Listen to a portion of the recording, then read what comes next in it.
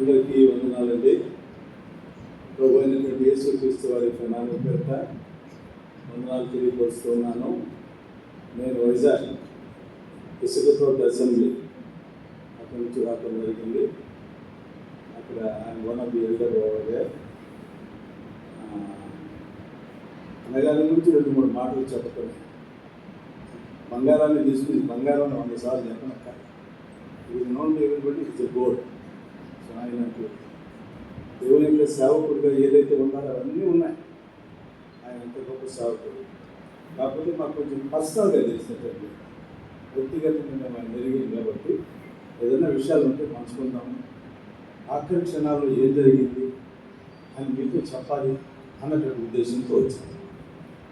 అక్కడ వైజాగ్ మేము ఇన్వైట్ చేసినప్పుడు ఎప్పుడు ఇన్వైట్ చేసినా ఆయన పరిగెత్తుకుని వచ్చేవాడు. ఆయన మనసు ఎప్పుడు ఎట్లా ఉండేదంటే పేదవాళ్ళ మధ్య పరిచయం చేయాలి, ఉచితంగా వచ్చినటువంటి యొక్క వాక్యాన్ని ఉచితంగా మనం పంచిపెట్టాలి, ఏదైనా ఇస్తే తీసుకునేవాడు కాదు అన్నటువంటి దానికి ఎప్పుడు కూడా మనసులో అట్లా ఉండేది. అందుకని అన్న సంగతి ఏమిటి అంటే ఆయన డేట్స్ ఇచ్చేవాడు. ఆ ప్రకారంగా ఫాలో అయిపోయి తీసుకొచ్చి ఉండేవాడు. ఈసారి ఈ సంవత్సరం ఆయన మాతో పాటు ఉండటానికి దాదాపు 4-5 డేస్ ఆయన ఇష్టపడ్డారు. ఆయన 4-5 డేస్ ఉండటానికి ఇష్టపడిన తర్వాత ఆయనకి ఏ రోజుకి ఆ రోజు ప్రోగ్రాం ఎక్కడెక్కడ అనేటువంటిది ఆయనకి అరేంజ్ చేసి ఆయనతో పాటు ఆయన రిసీవ్ చేసుకునే దగ్గర నుంచి నేను ఇందాకే అనుకున్నాను, ఎయిర్పోర్ట్ నుంచి వచ్చేటప్పుడు అరే ఆయన్ని మనం తీసుకొచ్చినప్పుడు ఆ గేట్లో నుంచి తీసుకొచ్చాం, మంచి హ్యాపీగా ఉండబోతాం. ఇప్పుడు పంపించేటప్పుడు కార్గో టెర్మినల్ కూడా పంపుతున్నాను నేనే అని చాలా బాధ వేసింది. మనం ఏం తీసుకుంటారో ఏం చెప్పగలం, దేవునికి ఏర్పాటు అట్లా ఉంది. అంటే తర్వాత ఏమిటంటే ప్రియమైనటువంటి వాళ్ళారా, మా దగ్గర ఉన్నటువంటి రోజులు ఆయన సమయానికి కొనవల ఆయన 4 వాక్యాలు పట్టుకున్నాడు. ఆ 4 వాక్యాలతో 4 రోజులు ఎక్కడికి వెళ్ళినా కానీ ఆ యొక్క వాక్యాల్లో ఉన్నటువంటి మర్మాలే చెప్తా ఉండేవాడు. నేను ఎక్కువ సమయం తీసుకున్నాను అలాగని అనుకోకండి. ఆయన చెప్పినటువంటి 4 వాక్యాలు చెప్పాలి. ఆయన చెప్పినటువంటి 4 వాక్యాలు అవే తీసుకున్నాడు. ఆ తీసుకున్నటువంటి వాక్యాల్లో ఉన్నటువంటి ఆత్మీయమైనటువంటి అర్థం తీసి అక్కడ ఉన్నటువంటి ట్రైబల్స్ మాకు తర్వాత మిగిలిన వాళ్ళకి వాళ్ళందరికీ కూడా చెప్పడం జరిగింది.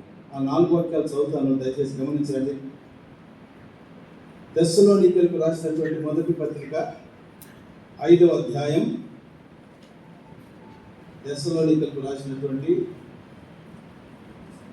మొదటి పత్రిక 26వ వచనంలో ఇట్లాగ రాయబడింది. అదే ఆయన చెప్పేవాడు,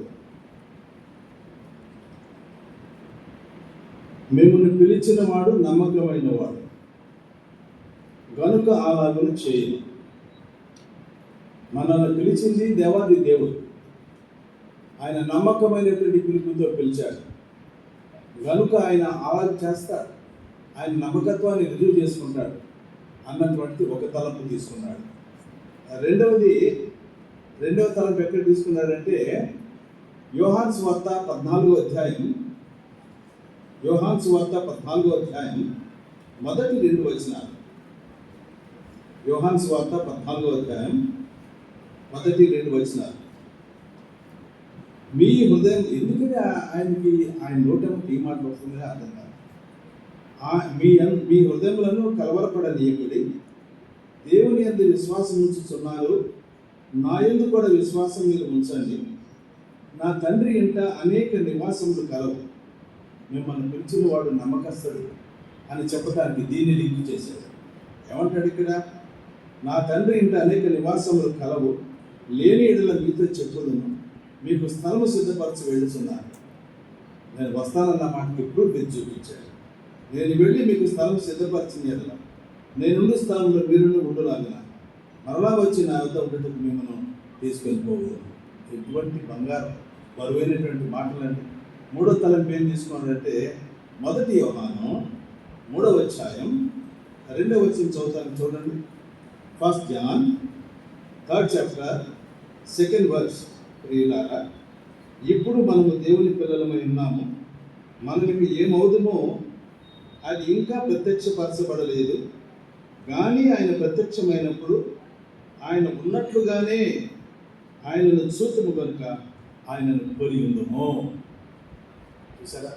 తర్వాత ఇంకొక నెక్స్ట్ వర్స్ ఏం తీసుకున్నాడంటే యోహాను సువార్త 17లో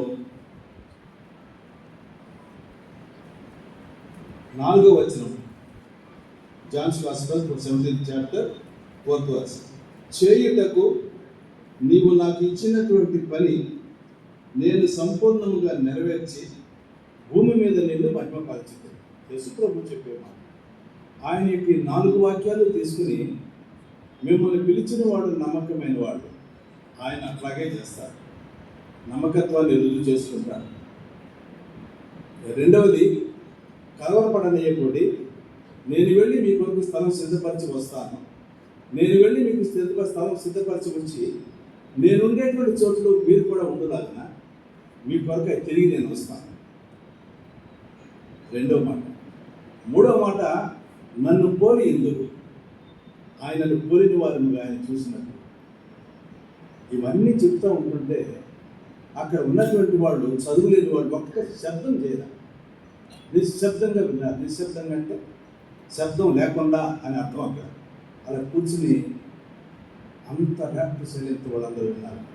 వాళ్ళందరి యొక్క మనసులో ఆ మాటలు నాటపడ్డాయి. దేవుడు ఆయన గిఫ్ట్ ఇచ్చాడు. ఆ హృదయం అట్లాగా నాటపడ్డాయి. కాబట్టి ఈ విధమైనటువంటి తలంపులతో అక్కడ ఉన్నటువంటి సమాజాన్ని దరిదాపు 5 రోజులు ఆయన ఎలాగంటే కదిపేసి వచ్చాడు. వెళ్ళిపోయాడు. ఆయన కదిపేశాడు. కాబట్టి ఆయన వెళ్ళిపోయినటువంటి రోజున అక్కడ ఉన్నటువంటి స్త్రీలందరూ కూడా ఇక ఎలా ఏడ్చారంటే అలా ఏడ్చారు. అడవటం తప్ప రైట్ అన్నా తీసి పక్కన పెట్టండి. ఎవరికైనా ఉంటుంది భోజనం చేసిన తర్వాత ఇలా జరిగింది అని. కాబట్టి ఆయన లేడే అన్నటువంటిది చూసి అంత బాగా ఆ విధమైనటువంటి దుఃఖం ఆ విధంగా జరిగింది. ఆ విధమైనటువంటి ఈ తలంపులు మా అందరికీ బోధించిన తర్వాత ఆయన ఒకటే అన్నాడు.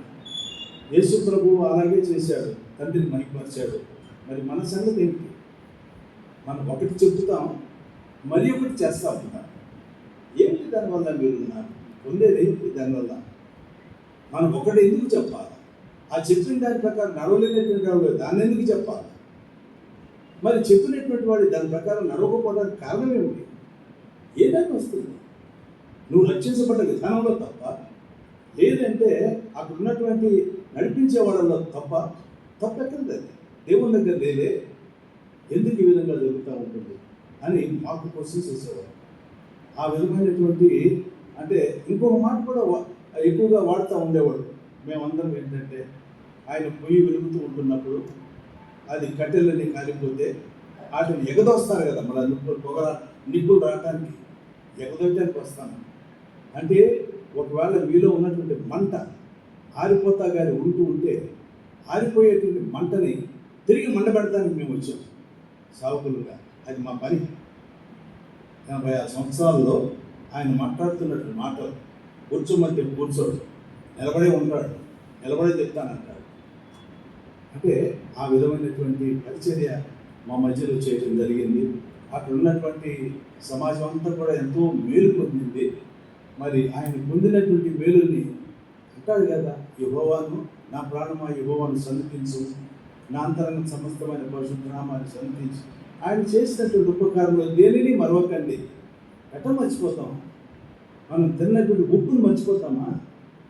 చిన్న ఉప్పు అయినా సరే. కాబట్టి ఆయన చెప్పినటువంటి మాటల్ని మర్చిపోలేదు. అది మా వైజాగ్ ఎస్పీ తోట, మా బ్రాంచెస్లో ఉన్నటువంటి అందరి మనసులో కూడా అక్కడ ఒక స్ట్రాంగ్ ముద్ర అంటారు కదా, అందరూ ఒక తీర్మానం చేసి ఈ విషయాలు గొప్పగా చెప్పకపోతే నాకు ఎవరు ఏమి ఇచ్చేది లేదు, నాకు కావాల్సింది కూడా ఏమీ లేదు, ఆయన వినటం కూడా వినటం లేదు, పైన దేవుడు వింటున్నాడు నా మనసుకు చెప్తాను. కాబట్టి వైజాగ్లో ఇసుక తోట ట్రైబల్ ఏరియాలో ఉన్నటువంటి చాలా ఇంటర్వ్యూలో వచ్చారు. అక్కడికి రావడం కూడా ఉన్నటువంటి వాళ్ళందరూ మనసులో ఒక స్టాంప్ వేసడం జరిగింది. అది అంటాడు ఆయన, అరే వాక్యం మనం చదువుకుంటున్నప్పుడు దాన్ని మనసుతో చదువుకుని ఆ యొక్క వాక్యాన్ని మనం ధ్యానం చేసి మన యొక్క లైఫ్లో అన్వయించుకోవడానికి ప్రయత్నం చేయాలి. Don't use it for your what you call improve your language. ఎలాగంటే నాలెడ్జ్ ఇంప్రూవ్ చేయడానికి చాలామంది పెద్దవాడు ఉంటారు. అట్లా మనం చేయకూడదు. ఒక విశ్వాసిగా, ఒక పిలువబడినటువంటి వాడిగా, దేవునికి ఇంకా సేవ చేసేటువంటి వాడుగా ఈ విధమైనటువంటి కట్టుబాట్ల మధ్యలో, ఆత్మీయమైనటువంటి మరి నిర్ణయాల మధ్యలో మనం ప్రవర్తించే వాళ్ళంగా ఉండాలి అనిపించారు. ఈ మాటలన్నీ కూడా ఇంకా ఎన్నో ఉన్నాయి. అవన్నీ కూడా అందరికీ తెలిసిన మాటలే. మాతో మాట్లాడిన మాటలు ఇది. ఇంకోటి ప్రాముఖ్యమైనటువంటి మాట మన ఆదివారం నాడే మాట్లాడాడు. ఎంతోమంది దేవుని యొక్క సేవకుల పేర్లు చెప్పాడు. అటు భక్త్ సింగ్ గారు దేవుని దగ్గరికి వెళ్ళిపోయాడు. ఈ మాటలు చెప్తూనే వీటినే కనిపిస్తూ ఆయన ఏం చెప్పారంటే, భక్త్ సింగ్ గారు వెళ్ళిపోయారు, ఫిలిప్ గారు వెళ్ళిపోయారు, సిడి విజయన్ గారు వెళ్ళిపోయారు, ఇంకా మరి ఈ విధంగా అమృతరాజు గారు వెళ్ళిపోయారు. చాలామంది వెళ్ళిపోయారు.